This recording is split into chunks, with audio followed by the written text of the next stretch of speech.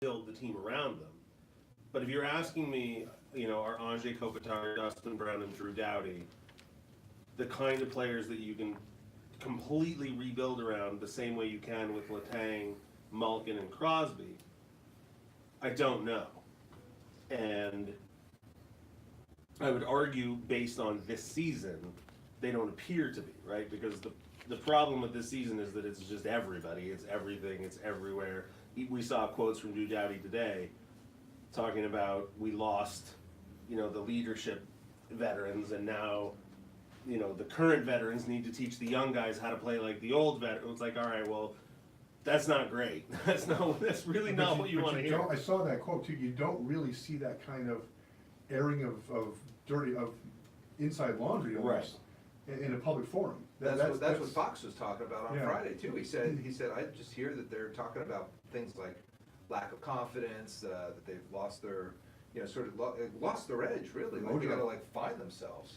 Well, so that's why I say you need to do a full personal evaluation of every guy, because you have to first admit that your team is because if Adrian Kempe is never going to be Jarrett Stoll, that shouldn't be held against him.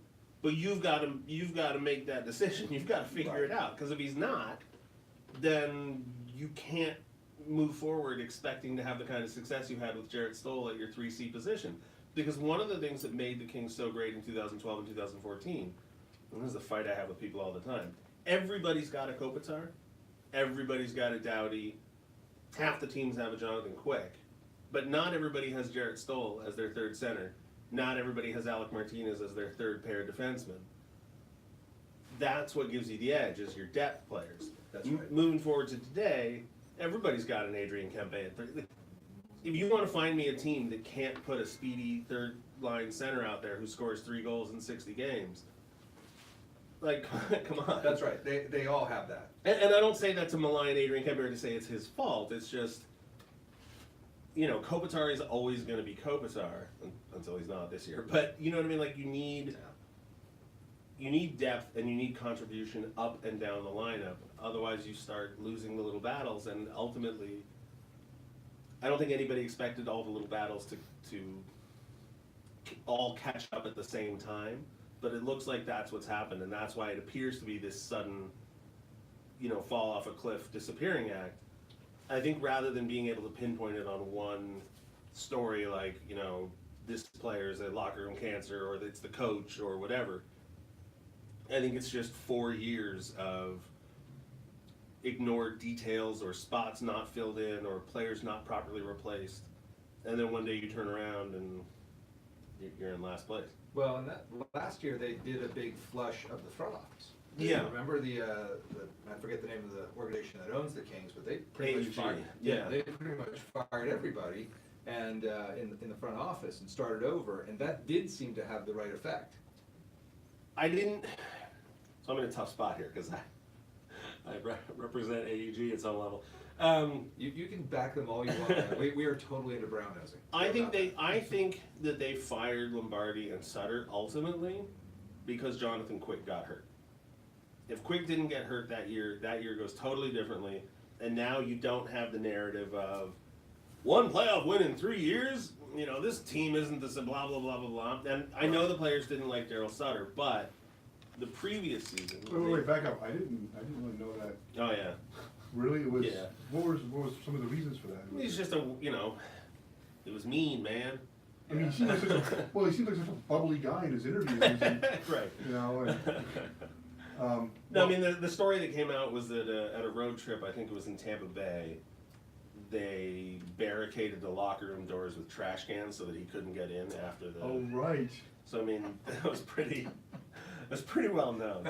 Awesome. But the previous season, when they made the playoffs, and everything was fine, and I think they made it as the 3rd seed, and they didn't have to worry about it for 3 months of the season or something like that. And Doughty won the Norris that year. Right. Quick was a Vezina finalist. Kopitar was, I think, won the Selke. I didn't hear a ton of bitching and moaning about the coaching staff. Sure. But then the following year, Quick goes out for 60 games. Kopitar gets hurt. Toffoli gets hurt. They bring in Bishop and Iginla at the end. And now all of a sudden the narrative is one playoff win in 3 years. has the game passed Darryl Sutter by? Does Lombardi know how to, does he even know what he's doing anymore? So I think that's why they get fired. I don't know if it was the right move or not. I've spoken to people who are more intimately familiar with the locker room and the players, and they all say that was the right move. So. Well, but look at any other teams. Look at the Blackhawks. They just fired Quinville. Yeah. I mean, it's sometimes the message just gets stale, and no matter who the coach is, and there's time for a change. I mean, Babcock left Detroit, went to Toronto, and it's just the natural progression of it. I'm surprised that we were joking about last time we were talking to Doc Emmerich last week that the Kings didn't have Quinville on the red eye right out of Chicago here the next morning to say, okay, he's my new coach. But I guess my point is I'm not sure that the message did get stale so much as they had injuries, they had a bum year, Right. And then their solution, and this is, I could get in trouble for things. One of my theories is, if your message is work hard, boys, keep plugging away, pucks on net, pucks in deep, rah, rah, rah, and then your solution is to go out and bring in Vinny LeCavalier, Jerome McGinley, Ben Bishop, Marian Gaborik, Ilya Kovalchuk, Dion Phaneuf. Like, if I'm one of the guys in the locker room, and I know that my contract is going to be smaller, and my time to be evaluated as a contributing member of the team might be shorter, because the franchise's solution is to replace, or it's not to replace Rob Scuderi from within. It's not to replace Willie Mitchell from within. It's not to replace Jarrett Stoll from within. It's to go get Robin Regeer. It's to go get Marion Gaborik. It's to go get these guys. That's right. So if I'm Adrian Kempe or Braden McNabb or Right. Colin Miller or any of the young guys that have been traded away, what's my incentive to put in the time and work to be Matt Green or Jarrett Stoll? And I think that's just one of the paths Right. that comes up short this season where, if you Sutter, from everything I've heard, he's not going to come in and whip him into shape. He's going to trust that all the guys on the team instinctively somehow leveled up to, leader class 4, and they didn't. No, And that's where they're wrong. Yeah, and Ilya Kovalchuk's a great hockey player. Ilya Kovalchuk isn't Justin Williams in the locker room. Was. I think he's all. I mean, No, he's he's fine. a great player. Was great. He's very good. Fine. I'll go with that. I'm just. But he's not. But like I remember watching a video feature they made after the Kings won the Cup, and there was an interview with Justin Williams, and he said at the end of Game 5, I think, or maybe before Game 6, he gathered everybody in the locker room and he gave some sort of speech that basically said, listen, guys, we lost 2 games. It's okay. We're gonna win it. We're here. Like it reminded me of the Joe Montana story I always hear, where he was in the huddle of the Super Bowl and he pointed to John Candy in the stands and he said, "Hey guys, is that John Candy?" And everybody just sort of went like, "Oh, okay." Like they don't have to worry about football. It's like, "Oh, there's John Candy." Those goofy little things, they never replaced, and Well, they don't look like they're having any fun. No, they don't.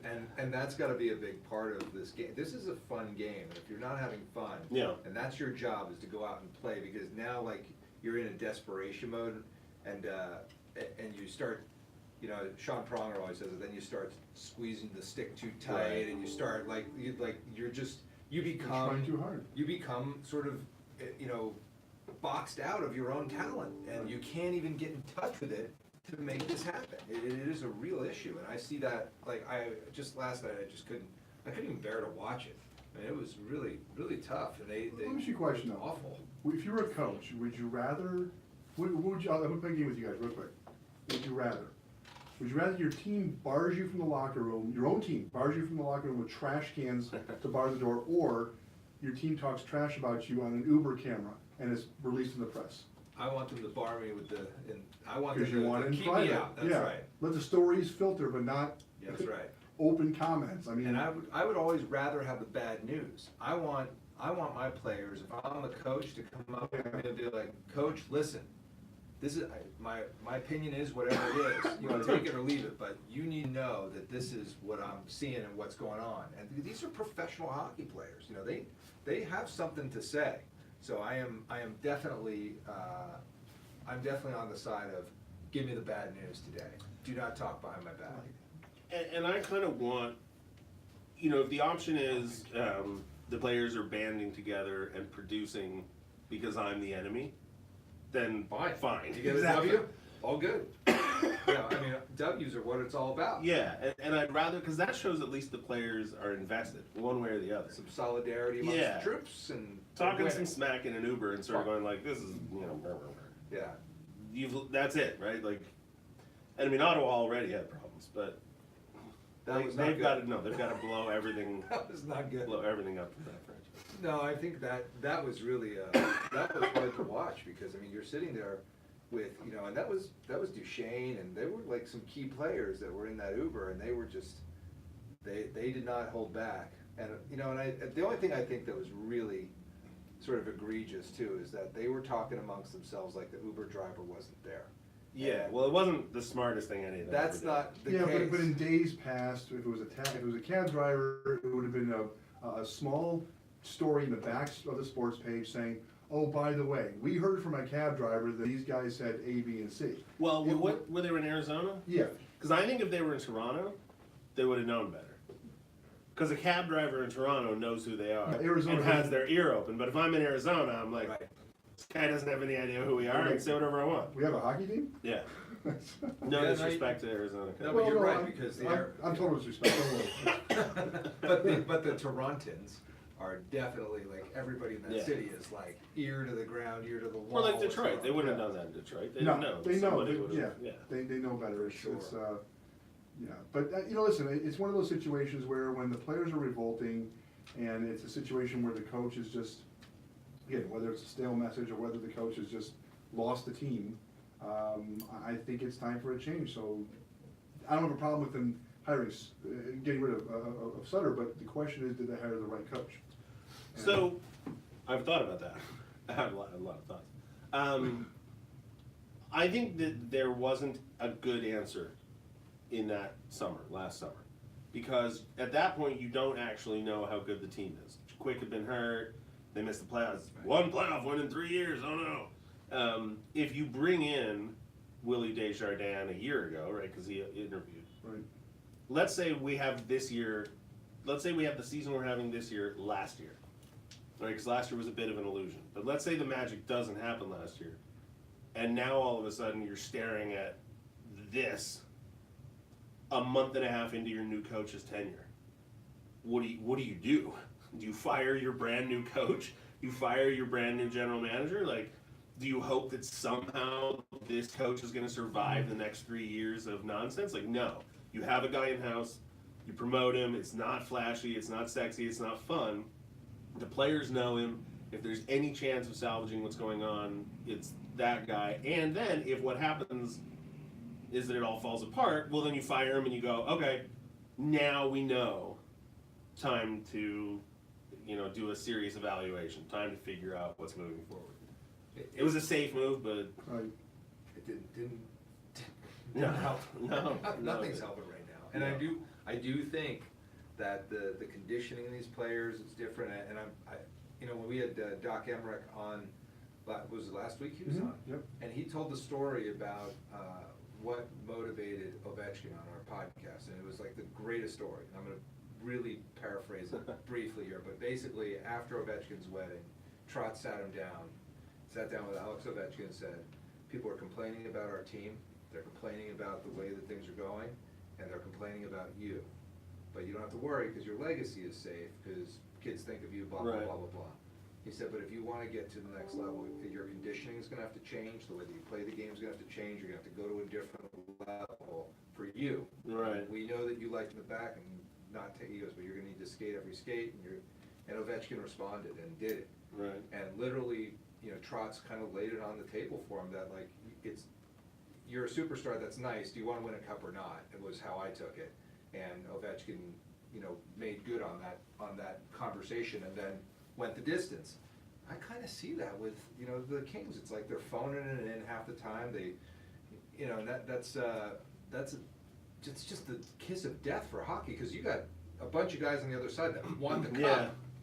Yeah. And there's, there has to be some at least lingering resentment from the rest of the team towards the Kings, because it's only been 3 or 4 years since the Kings were, were the flagship franchise of the league. And I know it just as a limited presence in social media. When the Kings were on top, myself and some of my blogger buddies, we had built our identities on Twitter and and on online as being, we were proud of the pain that came with being a Kings fan, right? We were intimately familiar with every playoff failure, every Anson Carter 1 point in 11 games, losing 11 straight to miss the playoffs. Like, we knew every crevice and every failure and every heartbreak of this franchise. So when they finally came out on top, we stuck it to every franchise we could. Hey, St. Louis, do you ever win a cup? No? Great. Hey, Vancouver, how did it feel to win 2 President's Trophies and then fail? Hey, Detroit,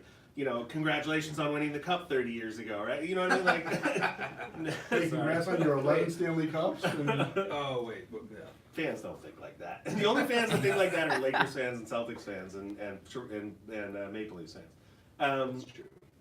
So now we can see it just in the fan base, right? People coming back at us, and we deserve it. We deserve every piece of it. And the team has to, every time Edmonton or Calgary or Vegas even, that didn't exist 3 years ago, comes into this city, it's like, yeah, these were the bad boys 4 years ago, and now is our chance to put our boot on them. There was a bit of a Twitter war. It was funny. I think it was I can't remember if it was 2012 or 2014 when the Kings won, and they made some kind of comment to Detroit. The team Twitter made some kind of comment to the Red Wings about something about them winning, and the Red Wings responded. And usually the Red Wings Twitter, when I was on Twitter, wasn't very outgoing as far as creative things or whatever. But they wrote back, and I started laughing about this. They said, "Oh, that's so cute, LA. You want some help hanging your banner?" Right. But I mean, in 2012, there was that one tweet when they beat Vancouver, something like, "Dear everybody in Canada outside of British Columbia." LA that's the one thing I'll give them is that. That and Knights have a very creepy when I was on it, more personable rather than just, Yeah. But. Well, let's look around the league a little bit and see what's going on, because I think the Kings, we could beat this horse to death, but there's a lot of other teams that have been surprisingly in different positions in the playoffs. The Golden Knights, I didn't expect them to be where they are. Yeah, well, I think, and I've become very close with Ken from Sinbin.Vegas. Oh, wow. Don't know if you guys know, but Ken Belton. We don't know, but we know. And one of the things that he and I talk about repeatedly is, was Vegas handed a situation that was too good to screw up? Or did they actually handle the situation better than anybody could have? My position is that they were handed a situation that was almost too good to screw up.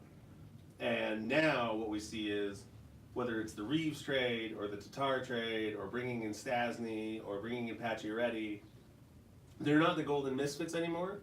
They're just another dumb hockey team run by dumb hockey people making dumb hockey decisions.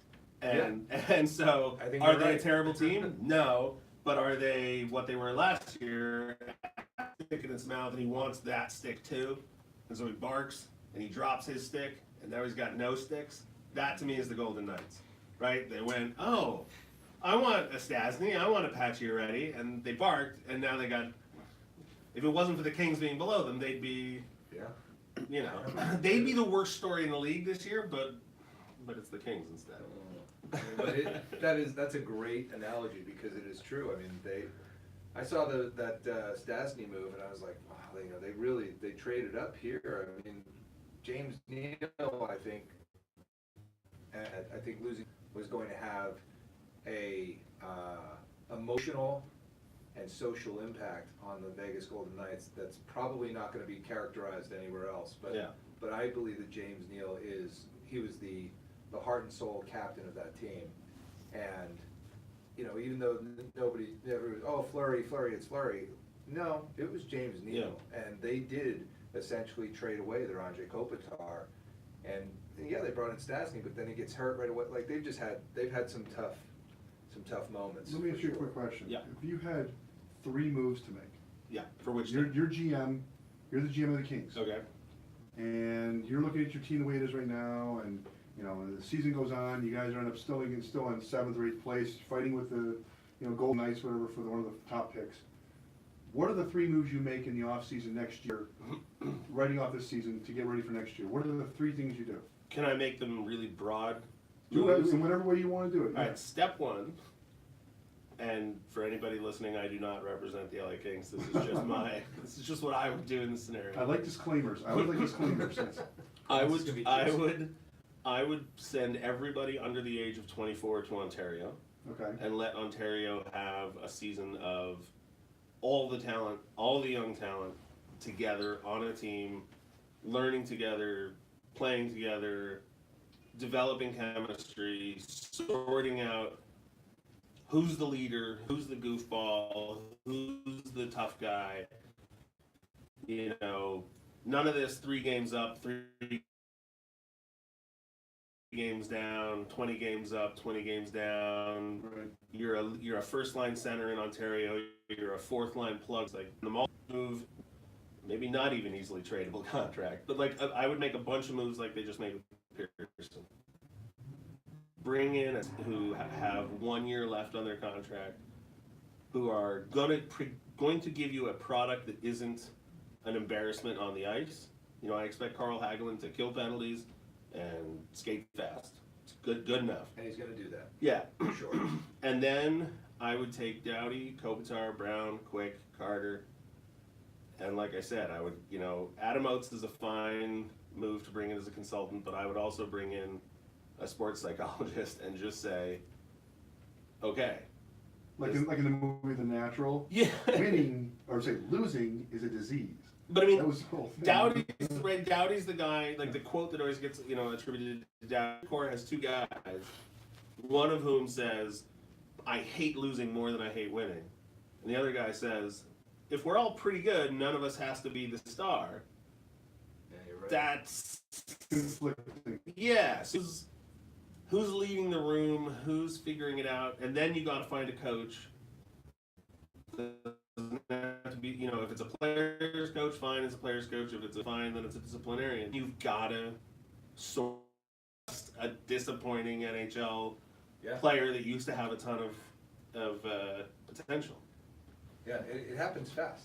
And I you, mean- so you wouldn't try to buy out Brown, you wouldn't try to trade or any of, I mean, I trading buy Doughty? If the right trade is available, sure, trade anybody. But I'm not eager to trade the kind of player that's really difficult to replace. And Or for picks? it would have to be. I mean, like I said, if the trade is out there, the trade's Right. out there. And if you do that assessment, if you sit down Brown and Kopitar and Doughty and Quick, and you say, look, what's it going to be, boys? You know, somebody's got to pick a direction. No more of this. Everybody picks together. No more of this. Right. You know, well, we're all going to look at each other in the locker room and figure it out. Like, no. You know, the owner is the owner of a multi-national conglomerate. He's not going to. You know, he's not Mr. Illich who's going to come in and get all the front office in a row. Right. Lombardi's gone. He controlled everything from the scouts to the he was he had his fingers in every level of the organization. You know, I've heard crazy stories about how much control he had over everything. He's gone, so there has to be a new order, a new chief, a new leader, whatever, guiding everything. And then if it's going to be one way or the other, then you decide, can they coexist, or do you have to move either Kopitar or Doughty, or, you know, I'm not saying you do, but you have to get information before you make that decision. Well, this information, I think the hardest part of that is that the information is so fluid.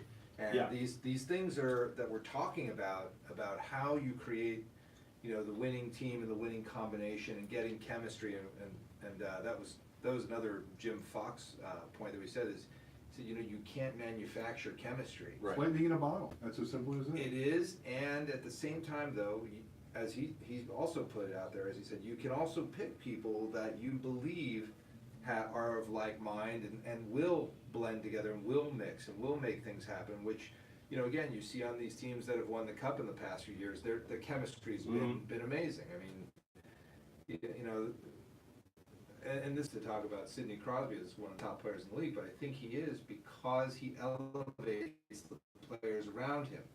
He goes somewhere else and they're nobody. Yeah. As soon as they're off the line with that Yeah. guy. But yeah, I mean, that's the thing, is he's a guy that elevates the players around him. And so, can he do that with anybody? No. It's clear that Crosby says, you know, I'm sure.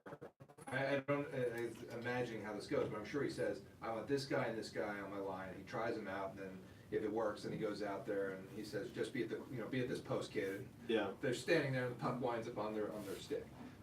Which is kind of how it looks from up here, you know. I have this terrifying theory. Sorry to jump over what we were about to say. I have this terrifying theory. I'm not sure I believe it or not, but it's been in my head for 20 years. I think it's entirely possible that being a good athlete and being good at a specific sport are mutually exclusive skill sets. And that the problem is it's easy to identify who's a good athlete. You look at Connor McDavid and you go, that guy's fast. That guy can score. Like, he is an incredible athlete. Yes, he is. You look at, Trevor Lewis. There's not a single thing that stands out about him, and yet I think Trevor Lewis is a tremendous hockey player. Yes. And the first guy that made this thought appear in my head was Kelly Buchberger. Because when the Kings acquired him, they were terrible, and Kelly Buchberger is not a great athlete, and he's not a Hall of Famer, but he came in, and all of a sudden it was like, oh my God. Yeah. That guy knows how to play hockey. Yeah, he made a difference. Well, hockey IQ counts for so much. I mean, the hockey IQ, and this is why I think some guys can play into their 39, 40. Mm-hmm. I mean, look at Jumbo Joe. You know, he's 39 years old, and he's had injury after injury, but he goes out and now his game doesn't look like it did when he was 30 years old. But his hockey IQ and his ability to be a great hockey player, and he is probably a great athlete as well, which is why he can still do it, but his ability to just make things happen on the ice is still there, but it's very different than when he was a 20s kind of player. And I mean, I think Gretzky's the ultimate example, right? Totally. Like, not a great athlete, possibly the greatest hockey player of all time. Absolutely, yeah. We have a couple of questions. Speaking of one of the best defensemen ever, and Ask the Bookie asked the question for us, is Dennis Cholowski the next Nick Lidstrom? And it's No. Lidstrom. Now, obviously, it's a little too soon to know Wait, that. there's no N in Lynch? Come on, stop it. It's a little too soon. Now, obviously, for those who don't know, Cholowski was drafted in 2016, the same draft that Chychrun, I can't never pronounce his name. He's over in Arizona. Yeah. That the Wings gave up to get rid of Pavel Datsuk's large contract when Pavel left, because obviously, as you Which know, should be illegal, by the it should way. be illegal, but Yeah. players over 35, they either leave or don't fulfill their contract, that counts against the cap, their full salary. So they traded the rights to Pavel Datsuk, and so for that pick. So they dropped down, I think it was from either 16 to 18 or 18 to 20. 18 to 20. 20th pick, they got Dennis Cholowski, who was actually still in college at the time anyway. Cholowski is a defensive talent, and has already proven in his first season with the Wings, he can score, he can block shots, he knows where he's going, but it's still too soon to tell. To compare anybody would be a lofty goal, but I mean, he's young. I think he's 19 or 20. Give him time. I don't think defensemen, 24. I think about 25, 26 or so to say. I think then, they need 5 years yes. in the league to Yes. see whether they're going to really turn into something like a. And I'll say this: there's no next Nick Lidstrom. It's not going to happen. That's I think the key. It's not going to happen. It's one of those situations where you're going to have a great defenseman that's like Nick Lidstrom, or a player like a Bobby Orr, or this person or that person, one of those. And see, the next question by David is, should the Ducks get a new... Can I weigh in on that real quick? Yes, of course, I'm going to try and look up a musical lyric really quickly. I think it's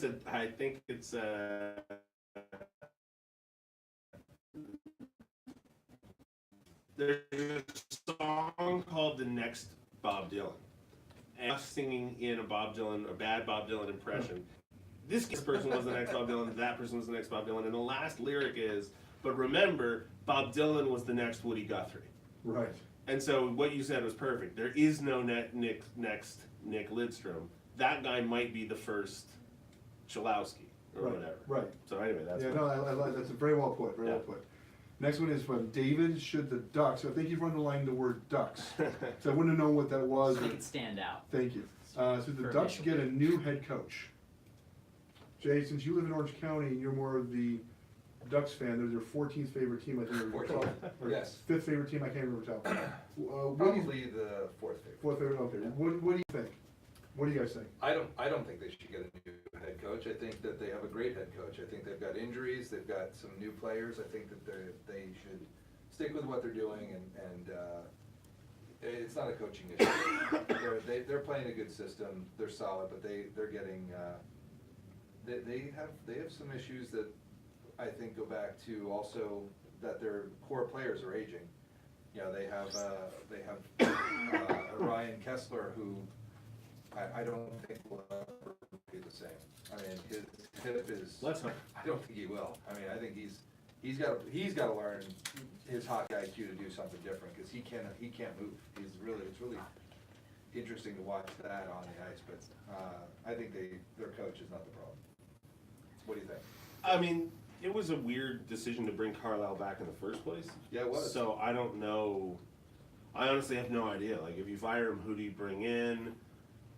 Beats me. Yeah, like I Joe Quenneville. yeah, maybe. I mean, it would be hard to argue. Yeah. But I mean, I think that's what I would do.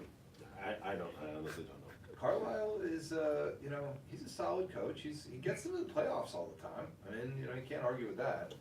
And deeper some years than others, but their biggest problem to me are some no trade clauses and long-term contracts that I think were just. Well, we were talking about the other day, honestly, I'm sorry. I personally think that the no trade clause should be something of the past. I agree. This is a business. It's like basically okay, let me ask you a question. You're running a company, whether it's a small company or a large company, you have an employee who's not making. Free market, right? You can only have so many teams. You can't just say, like, I'm a billionaire, I'm gonna move to Poughkeepsie and start the Poughkeepsie Bee Rangers, right? Like, no, you're not allowed to. It's controlled. It's 30 independent companies fighting against each other, but you're not trying to put the other guy out of business, right? Like, McDonald's would love it if Burger King would go away forever. Right. But if the Kings go away forever, that's no good for Detroit. So you share the labor force. Well, that means I have to go to Anaheim and watch them play, which. I don't do. Right. But I mean, the companies are sharing the labor force, but at the same time, they're competing for the labor force. I mean, it's just nonsense industry in a world that isn't, fit for it, and yet we all love it so much, and there's so much money in it that it's gonna keep happening. And like, the draft is a mess, it's nonsense, you're rewarding bad business practices. Well, that's the thing. I mean, it's I want a crazy industry. I want a one-way contract, no trade Right. clause, I want this, I want that. And this.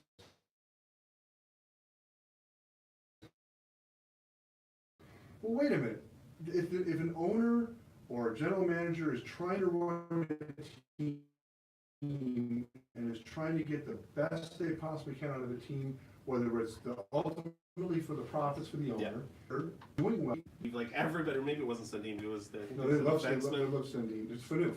No, it was before. This is like Oh. 10 or 15 years ago. But there was somebody with a no move clause, Okay. and everybody wanted him gone. The management wanted him gone. The fans wanted him to go because it would help the franchise out. And he was just like, I got a no trade clause. Was Joffrey Lupul? No, it's No. I honestly I can't remember. Who it is. But Okay. there was nothing to be done about it. Right. He returned to LA. Yes. They tried to trade him to San Jose, and he wouldn't because he had a no trade clause. And then at the end of the season, he went to San Jose as a free agent anyway. Right. And everybody went, well, what? Like, Yeah, it makes for problems. it's Yeah. just a weird industry. Or look, the Pavel Datsyuk thing is a perfect example. Yes. You build in that clause into the CBA that's supposed to punish teams for circumventing the cap, Yes. and then they just find a way to circumvent the cap. Well, So, I mean, it was because they had to get to they were going to go below the minimum. but why? But if Weber retires from Montreal, Yes. Nashville gets penalized. Yes. Oh, is that how it goes? Yeah. Oh. But if, oh, who's the guy who's allergic to his equipment, and so he decided he's not going to play? If Marion Host decides he's allergic to his equipment, Yeah. he's not official. He's long-term. a cap space for everybody. It's Yeah, well, there's still a hit. There's still, even on a long-term IR, there's still a hit of a part of the portion of the cap. during the summer, but Yes. during the season, Yes. smooth sailing. Yeah. Well. It's all It is kooky. yeah. Let's it's see. not It's a- true. Final, Ultimate- those rules are really Yeah. They're difficult to very solve. lopsided Yeah. in favor of the players, and I think it's gotta change because it's kinda killing the game. So, we have another question from the Ultimate Hockey Fan Cave. Greatest goalie of all time, Martin Brodeur. And, next question? Hasek. Wow.